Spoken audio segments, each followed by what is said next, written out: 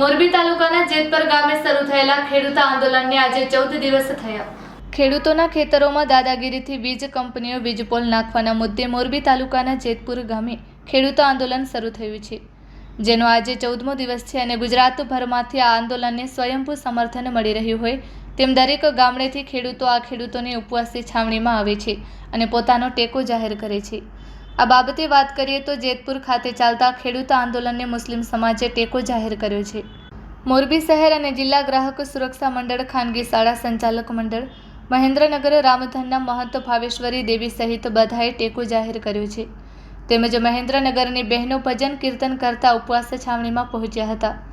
આ ઉપરાંત સાપર રંગપર વાધરવાના ખેડૂતો ઘોડેસવારી કરીને ઉપવાસી છાવણીમાં પહોંચ્યા હતા।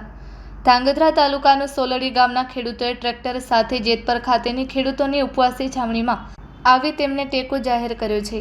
તેમજ હળવદ ખાતેના માર્કેટિંગ યાર્ડના વેપારીઓએ બંધ રાખીને ખેડૂતોને ટેકો આપવા વિશાળ રેલીનું આયોજન કર્યું છે। જ્યારે મોરબીમાં આજે બપોર બાદ પટેલ એડવોકેટ લીગલ સેલ દ્વારા રેલીનું આયોજન કરવામાં આવ્યું છે, તો સરકાર દ્વારા આજે કેબિનેટ બેઠક મળવાની છે, જેમાં ખેડૂતોની વીજપોલ વળતર અંગે ચર્ચા થનારી છે। એકંદરે આ આંદોલન સર્વજ્ઞાતિ ખેડૂત આંદોલન હોય સ્વયંભૂ તેમને સમર્થન મળી રહ્યું છે અને આ આંદોલન માત્ર મોરબી જિલ્લા પૂરતું નહીં પણ ગુજરાતભરનું બની રહ્યું હોય તેવું વાતાવરણ ઊભું થયું છે। Report by Shrikant Patel, Kutch care news, Morbi. જય જવાન, જય જવાન, જય જવાન। ખેડૂત એકતા, ખેડૂત એકતા, ઇન્કલાબ, ઇન્કલાબ।